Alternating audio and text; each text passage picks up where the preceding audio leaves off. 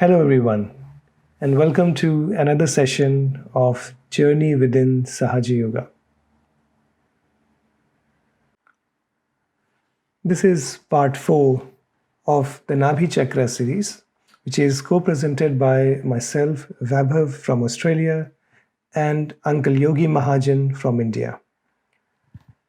In the last week, we learned more about the left side of the Nabhi Chakra, which is the LAKSHMI principle, which is also called as the deity of the household. And how does our family life, our relations with our partner, with our wife, with our husband, affects this energy center and the related vital organs in our body, like spleen and pancreas. An imbalance in any of these vital organs can lead to a very serious problem on the physical side as well. So it's very important to meditate, introspect, and keep this energy center in balance. Today, we are going to touch more on the central channel or more on the central aspect of the Nabhi Chakra, which relates to the beautiful qualities of peace, satisfaction, contentment, generosity, dharma, which is righteousness, and many other beautiful qualities. The location of this energy center is not hard to predict. As the name suggests, this is located right on the navel in the center, which you can see in the diagram in front of you, where the symbol of the Nabhi Chakra is rotating in a clockwise direction.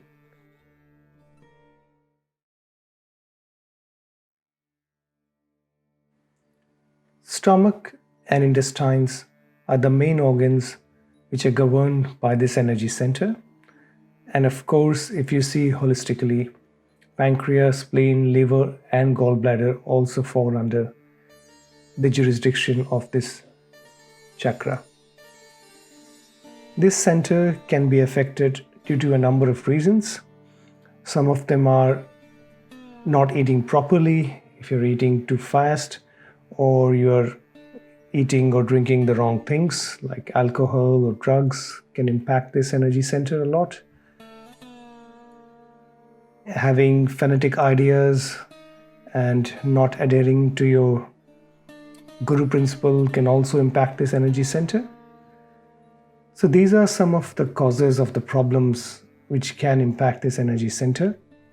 However, in order to understand it in a more simplistic way, I would ask you to relate to your childhood. Since our childhood, we have been taught not to be satisfied.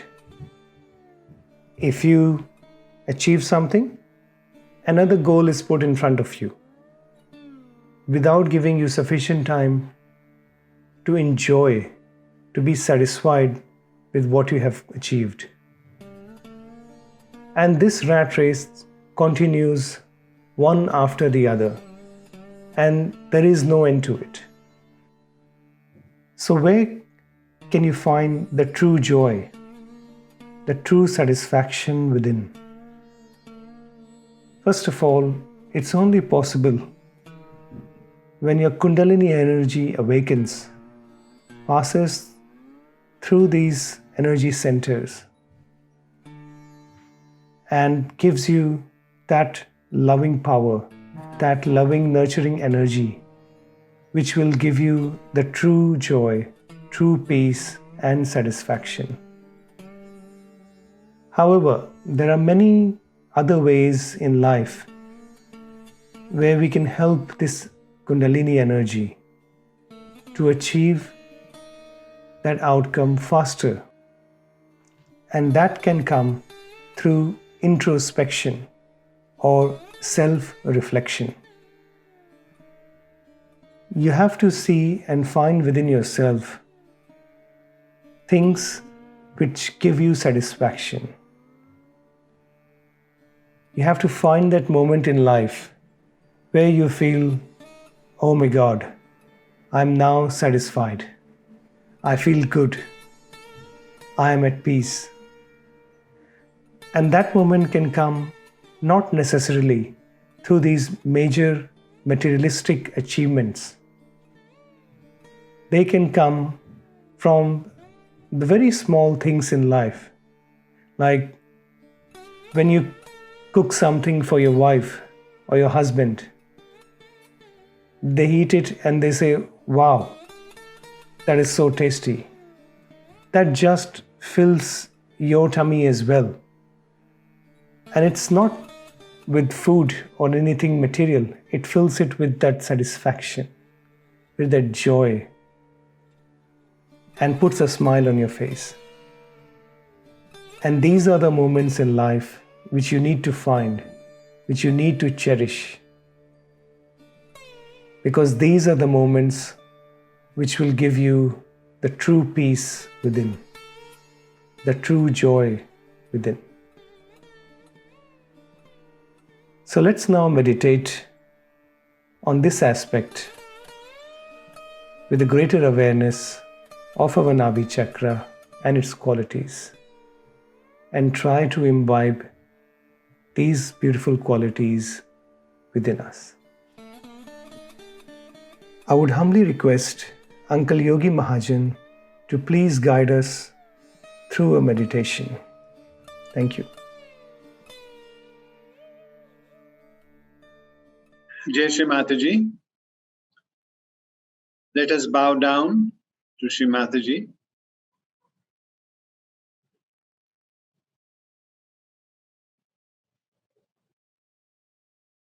Raise your Kundalini.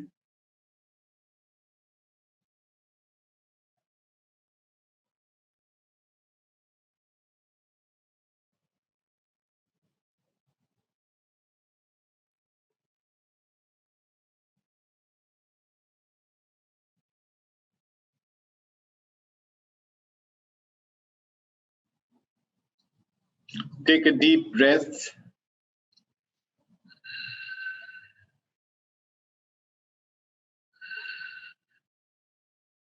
Relax your body. Relax your toes. No tension anywhere.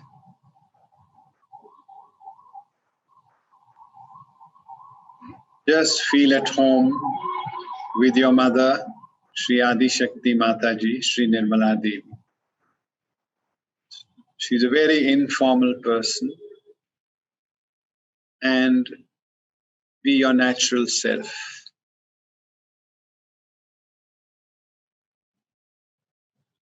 No anxiety at all. You're in your own home with your spirit, Mother Kundalini. She nurtures you. She comforts you. She relaxes you. You don't have to do anything. Just feel her nature inside of you, which is very calm, very soothing, very gentle, total silence.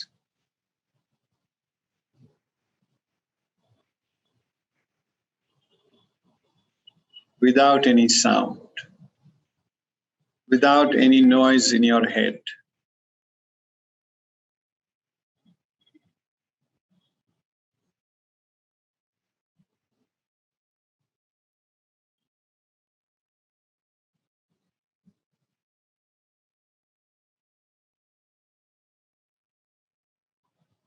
Gently soothing all your chakras.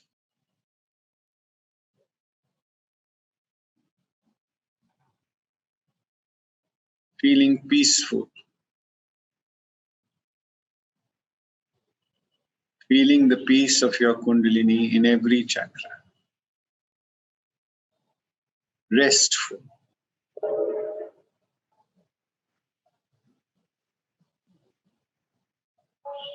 Very calm Nabhi. Very calm liver. thoughtless, restful liver. No thoughts of the future. No plans for the future. No doing. Because the doer is someone else. I am not the doer. The doer is my spirit.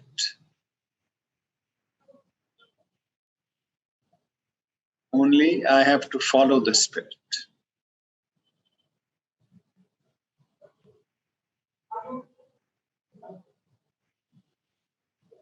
The spirit gives us complete freedom. It does not aggress us. It only loves us.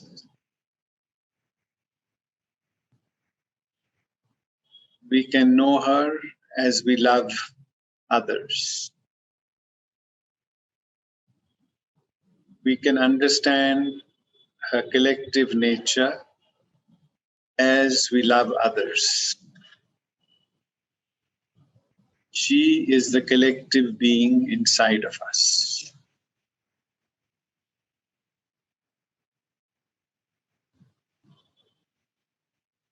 The collective being knows everything that is good for us.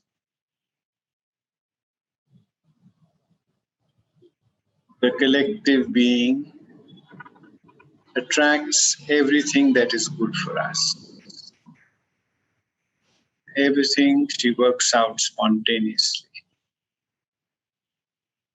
We just have to receive. If our heart is open, we will receive everything. If our sahasrara is open, we will receive everything.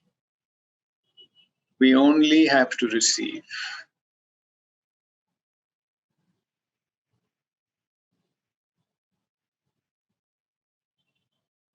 And when the cup gets full, it starts flowing to others.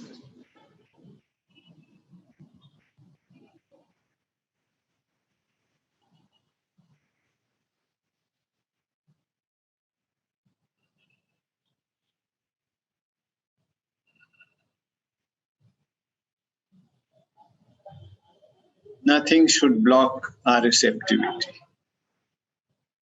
All our imaginary ideas of guilt, ego, superego, they block our receptivity. We should put them aside. They are not the reality. They are only imagination of our mind.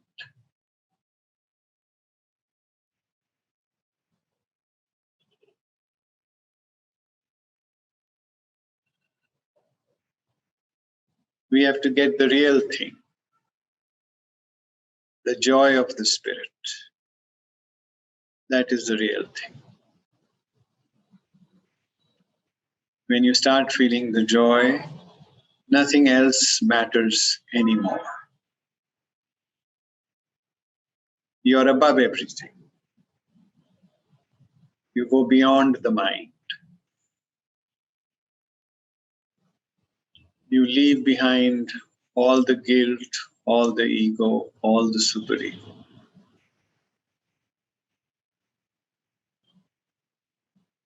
Mahat ahankar, mahat mana, mahat prati ahankar. Beyond ego, beyond superego, beyond thoughts, beyond conditioning.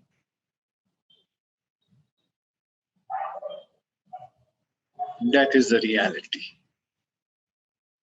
That is who we are, the spirit.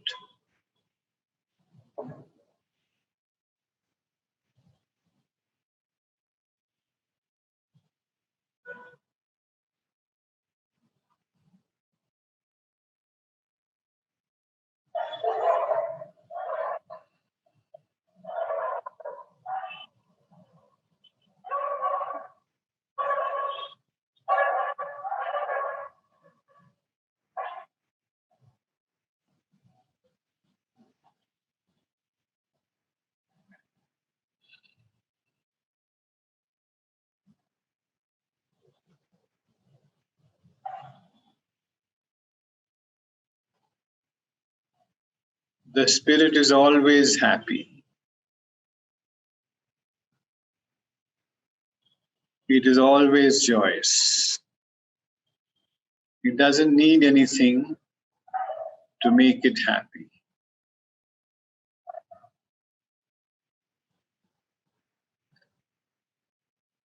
It is complete by itself.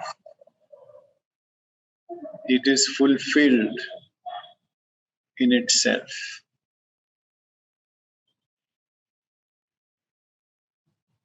It doesn't need any material possessions.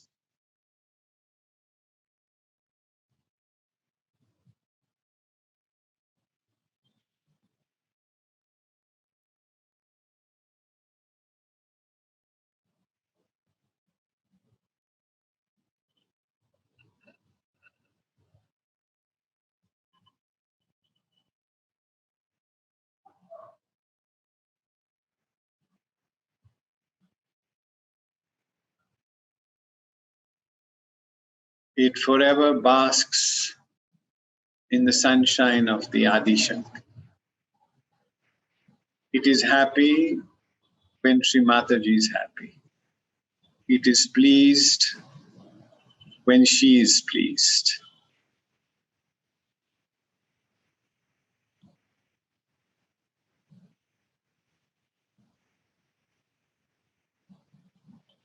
She is the collective being. When the collective being is pleased, everything works for us.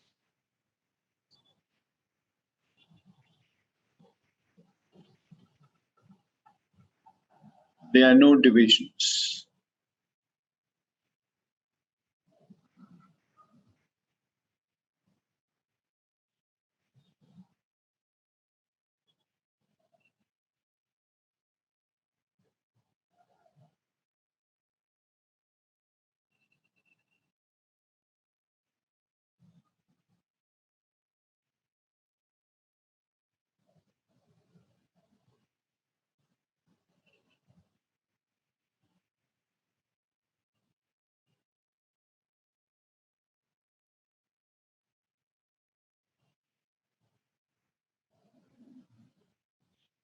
Only our thoughts divide us.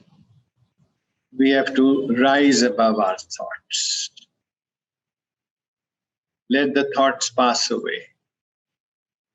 They are unimportant, irrelevant.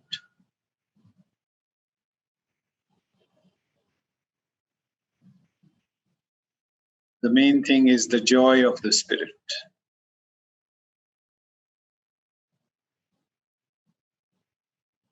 It is there in all of us. It is built in us since our creation. It is ours. Nobody can give it to us. Nobody can take it away from us.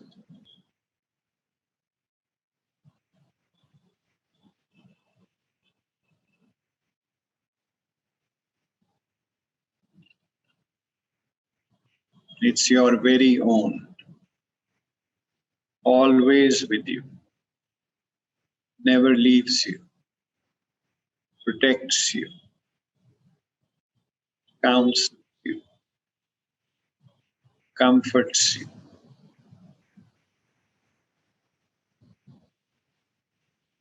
Redeems you.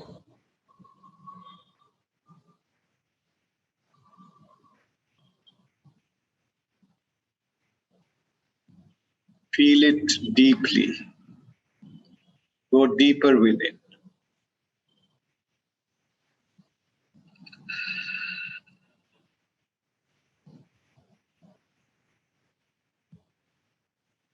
Expand your consciousness to perceive it.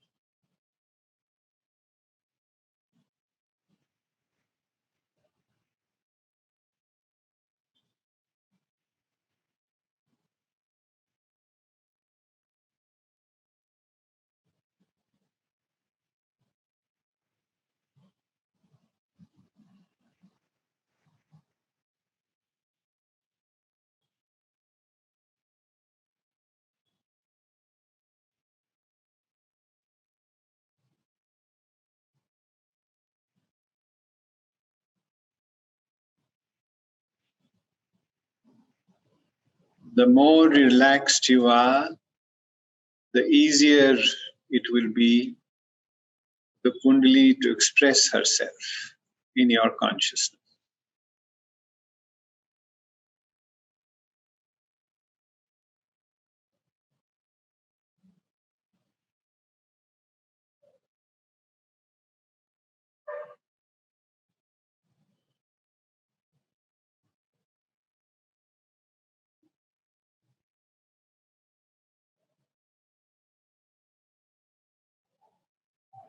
You cannot grasp it with your intellect.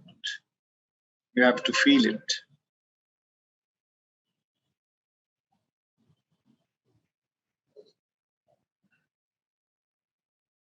Go beyond your intellect. Start feeling it more and more. Feel within.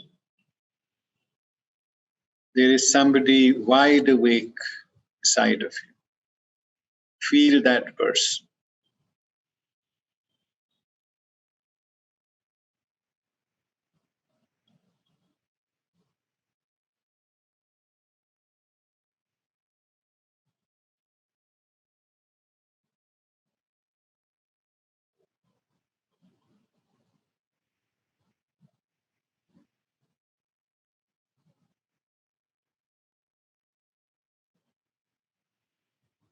It is a very compassionate person,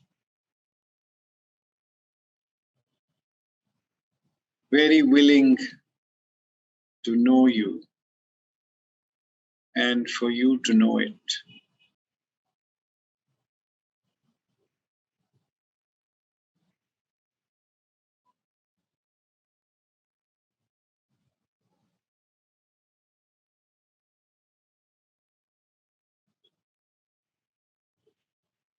Feel your compassion and you will feel this person, most compassionate person within us.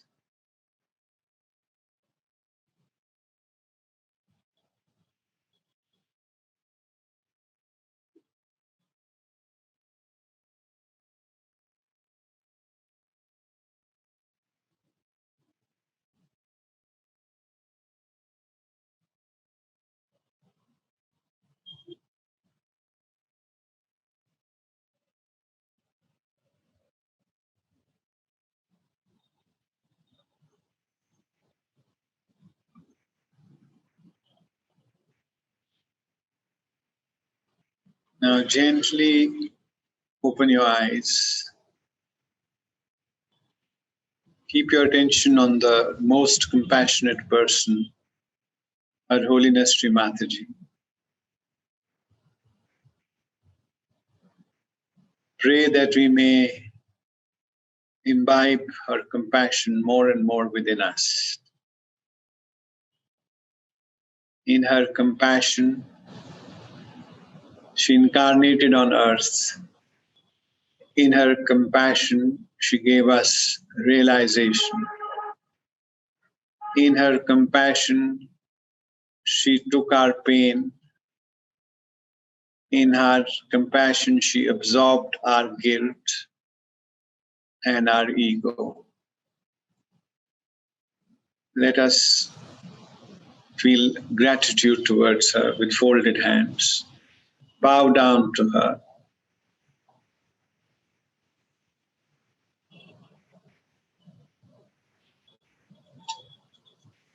Raise your Kundalini.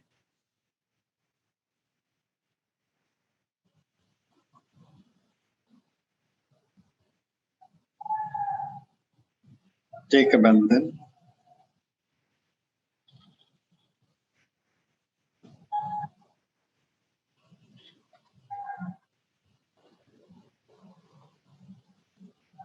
With a very pleasant disposition, we listen to her talk.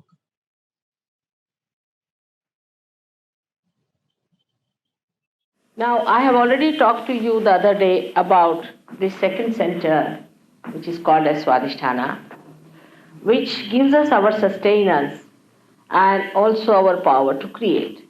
The sustenance is created inside that green part, which is represented by main 10 primordial masters.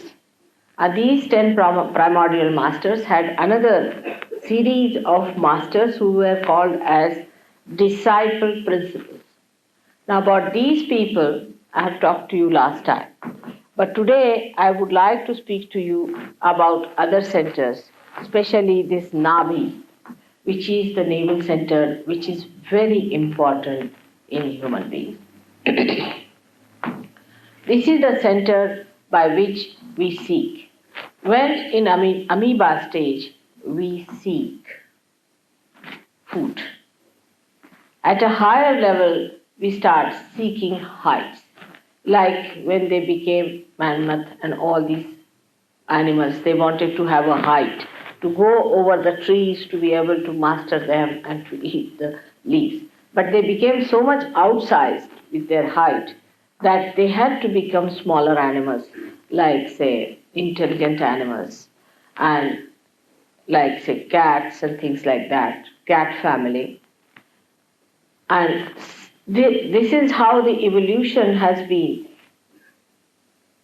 brought forth through our seeking as amoeba, then as animals, and now as human beings. As we have evolved higher and higher, we have become subtler and subtler in our seeking. For example, the people who are seeking, say, power, are not so evolved as people who are seeking their spirit, no doubt about it. Because you have gone through that. You have had enough of it. Maybe last lives you might have been kings and queens and you must have seen all the jokes of it. So you said, now it's had enough of it, this power business. We don't want to have any more. Such a headache we don't want to have. So the people who are seeking money also are the people who have had enough of it and they were fed up of it. So they said, now we have had it. So now you are seekers of something beyond. It has been always so, something beyond we seek. But this seeking beyond is not described to so many people and they are not able to understand what is the beyond. That's why this center is very important of your evolutionary process. Now, first of all, as I have told you, that we have to be in balance. That's one thing we must have, is the balance in life. I mean, in common sense also we can see, supposing there's a car going only on one wheel, how many would like to travel by that? Anything that you do in life has to have a balance. Otherwise, anything, even catching something, holding something, or small things, even riding a bicycle, you know that you have to have a balance. So if the Kundalini has to move, you have to be a balanced personality, a personality with a temperate nature and must have a balanced attitude towards life. That is very important. But in case it is not, you can be sucked into the central path of the Sushumna, in the central path of your evolution. Now the evolution takes place by remaining in the central path. Those who go to the extremes fall out of it. Now the virus that we suffer from very commonly is nothing but a kind of a vegetable which is fallen out of evolution. Now the vegetable that we call as tobacco is going to fall out of complete evolution, and you'll be surprised after some years you will not find any tobacco growing anywhere because it will go out of evolution. Thanks to human beings that they misunderstood the role of tobacco. Tobacco is an insecticide. It is to be used for killing the insects and not to kill yourself. But we sometimes forget that whatever God has created for the good, sometimes we can use it for our destruction. Same is alcohol. Alcohol was created for polishing. It's very good. For example, if you have to polish your crystal, you should use gin. It's very good for diamonds or anything. It's just a polish. It's a polish for the for anything. It gives a polish. See, alcohol is a polish and its composition is such that it gives a polish to a thing. Now God wanted you to have polished surfaces and polished things, and all the clean look of it. So he gave you this polish. Now you started drinking it. Now what to do? He never asked you to drink. But if you drink that, then it polishes your intestines also. But it has its own nature. It doesn't have any idea of morality. Poor thing. What we can't blame the alcohol because it is supposed to polish. Wherever you put it, it polishes. All right. So it polishes your liver also nicely. And when the liver is nicely polished, then what happens? That the heat from the liver, which is for the expulsion from the body, it has to pass into the bloodstream, cannot because there's a barrier. And because of that barrier, poor liver does not know what to do. It just goes on accumulating all the heat within it, and that's how your liver goes out of circulation of anything. You have liver problems and you feel very giddy, nauseating, and liver is the one which really cleanses your attention. Whatever you gather from your attention, it cleanses. So you become horrid. You are all the time angry, hot-tempered, you bark at people all the time. All that thing is typically liverish, you see. You grow tall like that, absolutely straight line, and you become very hot-tempered. Sometimes you could be hawk-like. People will be afraid of going nearer such a person because such a person can be very dry personality. And that's why you'll find drunkard people, if they are over-drunk, you go near them, they'll just beat you for nothing at all. It sometimes happens that by chance, if you go and ask some drunkard that was the time in the night, you will have it. So, because it spoils your awareness. And in that awareness, a nice man also could be like that. But of course, there could be a case where a person might become better. That is also another thing that can happen when you get possessed by this left side movement, because alcohol reduces your awareness and you go to the left side, movement to the left side may give you a feeling, oh, I'm very much better now, and sort of you get happy because your ego is subsided and everything is all right and I'm really morbid now, I cannot hit anyone, and let me have a little bit and sleep off. But next day, there's a hangover and you feel so horrible with it that you don't know what to do. It's something, then again you want to have it in the night because you want to again go to the same realm into the left side. Now this left side realm apparently shows that there is reduction in the weight of the ego, but it does not, it wobbles. What happens that you go to the superego on the left hand side to see there, and the ego then thinks that it has gone down because the superego increases in size. But when superego increases, the ego is pushed down, and then when you come to your ego condition, then it pushes down. So there's a big wobbling going on, and such people get ultimately very much confused. They might end up in a lunatic asylum. I don't know what they do, but when they are even sane, you can find they lose the grip over life. For example, such people can become very frivolous and cannot feel the joy of life without drinking. It's most amazing that people can't enjoy each other unless and until there's a glass in between. Human beings are so beautiful. And they have the capacity to enjoy each other so much. They are the only ones who are blessed more than anybody else. But if there's a glass all the time in between, then they can just bark at each other.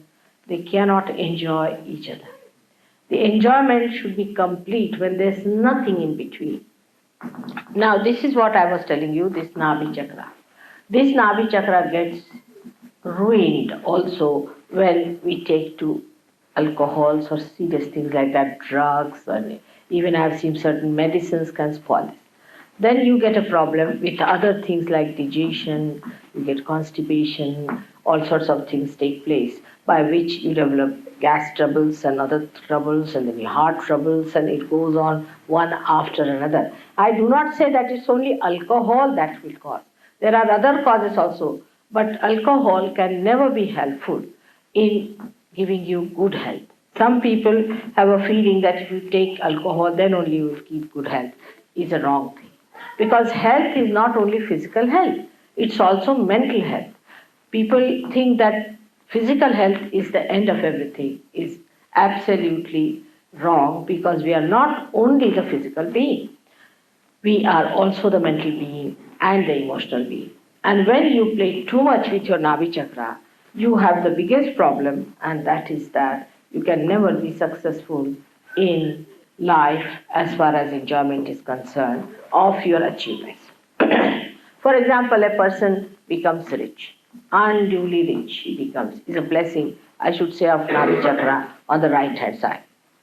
Right hand side, Nabhi Chakra can give you a lot of wealth, a lot of money, and you'll have 10 cars and 15 people attending to you, everything you may have. But it cannot give you the satisfaction of life.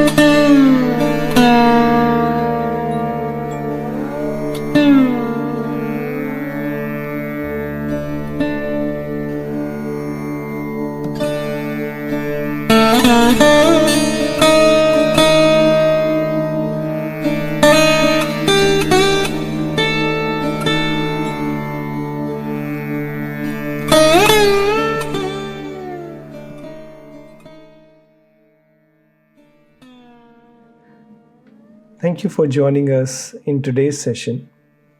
Hopefully, you gained something out of it, and more importantly, you are feeling satisfied, peaceful from within. So continue to practice the meditation for the rest of the week and try to introspect and imbibe the qualities of the Nabhi Chakra in your personality. We will now finish off the meditation by raising our Kundalini and putting on a bandhan.